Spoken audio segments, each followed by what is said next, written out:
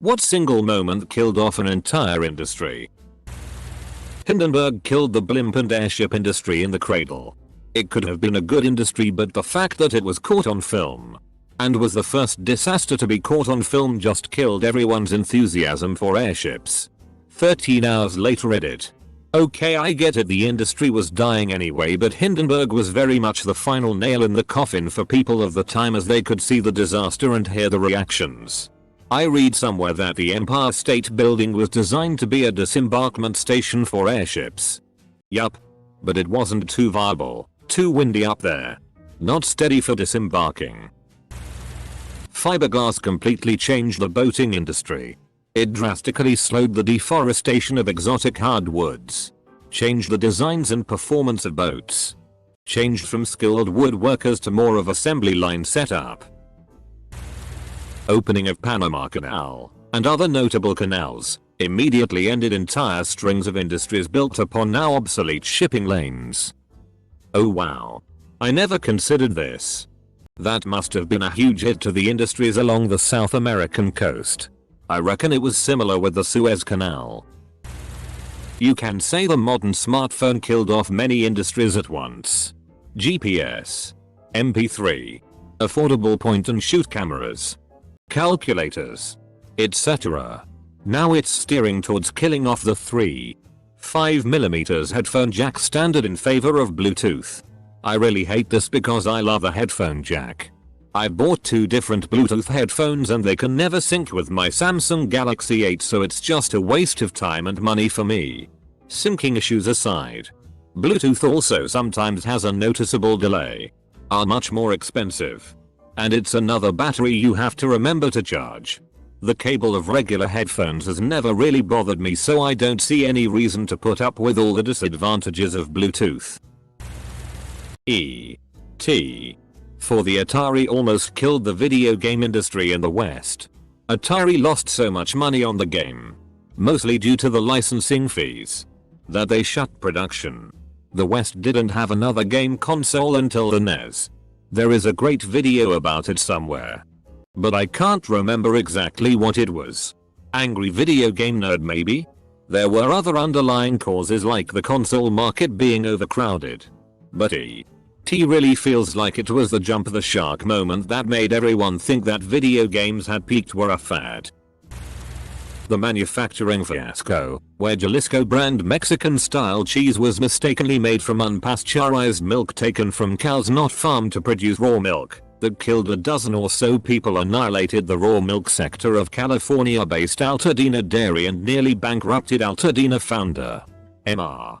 Stuve, who spent a fortune trying to convince government officials that raw milk produced properly was indeed safe and healthier for humans to drink. Crash of the Concorde in 2000. No more supersonic flights. The Concorde was reaching end of life anyway, and was never very economically viable. There is hope for a new generation of supersonic airliners that solve many of the problems with the Concorde. There is also the idea being floated of suborbital commercial flights, which would be even faster, and given the demonstrated capability to land rockets, seem more viable than they ever have. The issue with Concorde is that it was far too expensive for far too little decrease in flight duration. More specifically, you could either fly first class in a 747 or other wide body in absolute luxury, or for the same price, fly in a seat barely larger than premium economy and save a couple of hours. And as flights on regular aircraft became more and more frequent, a business traveler that needed to be at the destination ASAP would likely find that the earliest available arrival would probably be on a regular aircraft, i.e., it doesn't matter if a Concorde flight takes 3 hours less than a 747 if the next available 747 flight arrives before the next available Concorde flight. An incoming Australian gov killed off high-speed internet. Was originally planned for fiber to the house building for every house building. Incoming gov, LNP, changed that to a mix of technologies, and now industries are struggling and the populace are hamstrung with terrible infrastructure. The cotton gin. In 1793, precisely at 11:24 AM on a Tuesday in July, Eli Whitney killed the entire manual cotton separation game with a cotton gin. Conversely, he saved slavery in the American South, which was the opposite of what he wanted. Kinda funny how you could want to kill an industry for good, and then single-handedly revitalize it on accident.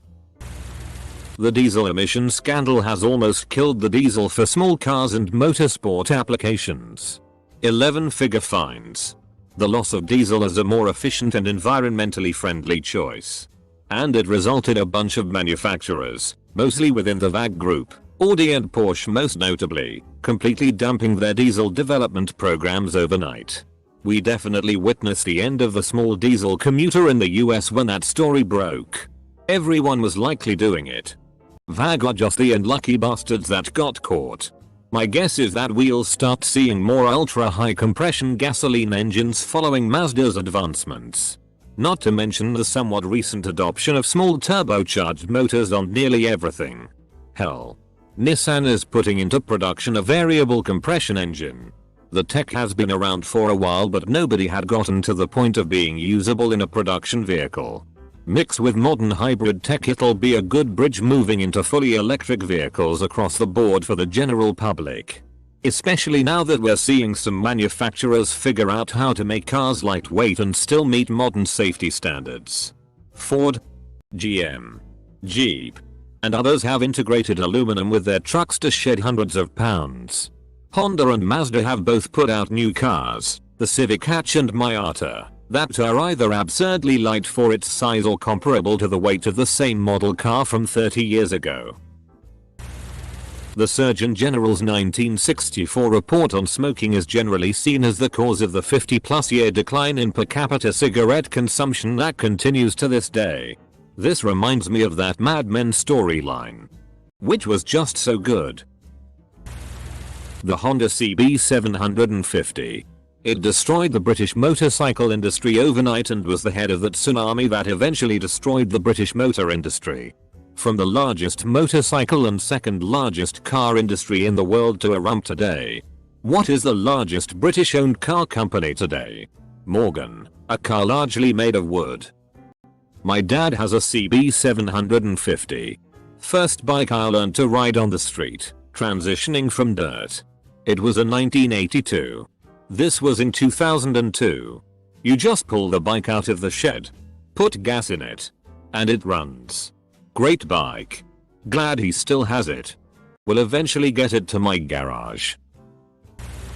What's the hardest part about rollerblading? Telling your parents you're gay. Killed an entire industry. Started seeing people rollerblading again last couple years. I was big into it and bladed everywhere and there were so many doing it. Then I was like the last dude out there. Just young ladies doing it for exercise. Then the sports store stopped stocking them and it completely died. But suddenly it's happening again. Because everybody forgot the joke. Nah, we remember the joke. It's just that it's 2018 and we're all gay. Semiconductors used to be made of germanium. The 10th of May, 1954, in one demonstration, a silicon amplifier was dipped in boiling oil and continued to operate. There was a stampede for the phones in the audience. Just imagine. Everything silicon today could have been germanium. Chile had lots of saltpeter mines. They are all abandoned now because of the creation of synthetic saltpeter by Germany in 1909. Edit. Whoa. Didn't expect this comment to get this far. So here goes a little something. My great-grandfather came from Germany to Chile to work in the saltpeter mines at the time of the saltpeter boom in Chile. Just so that a few years later Germany, his country of origin, would take away his job by creating synthetic saltpeter. The worst of lucks in the history of my family. This is a good one. Those saltpeter mines were a huge deal before this happened. Luckily Chile had a shitload of other minerals to transition their economy to. There's those pictures from like 1910 of New York where the whole street is just horse-drawn carriages. Then pictures from 1920 where it's just cars. Ford Model T affordable motorcars killed off the horse industry very quickly. Weird rich women are keeping it alive. And their daughters. Don't forget them. Beavis and Butthead killed the band Winger. Within weeks of the first episode featuring the nerdy Stewart character wearing a Winger t-shirt, the band cancelled their arena tour and their record sales plummeted. Shrek destroyed Smash Mouth's chances of being taken seriously as a band. It's impossible to dissociate the two. I'd say Smash Mouth took care of that themselves. And I genuinely don't mean that in a derogatory way. Their whole ethos was one of fun and lightheartedness. And Shrek just made sure that All Star remains a classic cemented into the minds of several generations. It's a fantastic song that sticks in your head and is easy to sing along to. Sure, we talk about it like it's a guilty pleasure, but we love it because it's pure, unadulterated fun and means so much to so many people who otherwise wouldn't have heard of Smash Mouth. Charlie Brown's Christmas special killed the aluminum Christmas tree industry. I was actually completely unaware that aluminum Christmas trees were real things that existed, and I just wrote it off as a weird quirk of the show when I watched it as a kid. We had one when I was a kid. My parents loved it. They also had a device that kind of looked like a floor fan that had a rotating disc on the front with 4 colored plastic panes and a lamp behind it. Pointed at the tree. And the tree changed color every few seconds. Up until the assassination of Colombia's Minister of Justice Rodrigo Lara Bonilla in 1984 by orders of Pablo Escobar, both the Medellin and Cali cartels could traffic cocaine with almost zero control by the Colombian authorities. I was in awe when this happened on Narcos. Could not believe they did something so brazen. But then it only got worse. I'd never really realized the scale of corruption in some countries until I watched the show. This kind of escalation happens everywhere. People craving power will slowly take more and more, bit by bit, so that it is palatable for everyone else to pretend that the little bit is okay or didn't happen. They may be slow, but they are relentless. They only stop when someone makes them, usually by force. From advertising in every aspect of your life to dictatorships, it's the same basic principle. In the United States, railroads killed the canal business. Canal companies knew it was coming and tried to stop the railroads at every turn. That's the most dangerous place to stop them. Not when you're trying to derail your competition. Electric and gas lighting saved the whales. Over 100 years ago they were near extinction because whale blubber was used to light street lights. Electric and gas lights came in and almost overnight whales weren't needed in their numbers for their blubber and they were saved. Wait, so that's why Dishonored uses whale oil to power shit? Dishonored was different. The whale oil was haunted and the whales were sea monsters.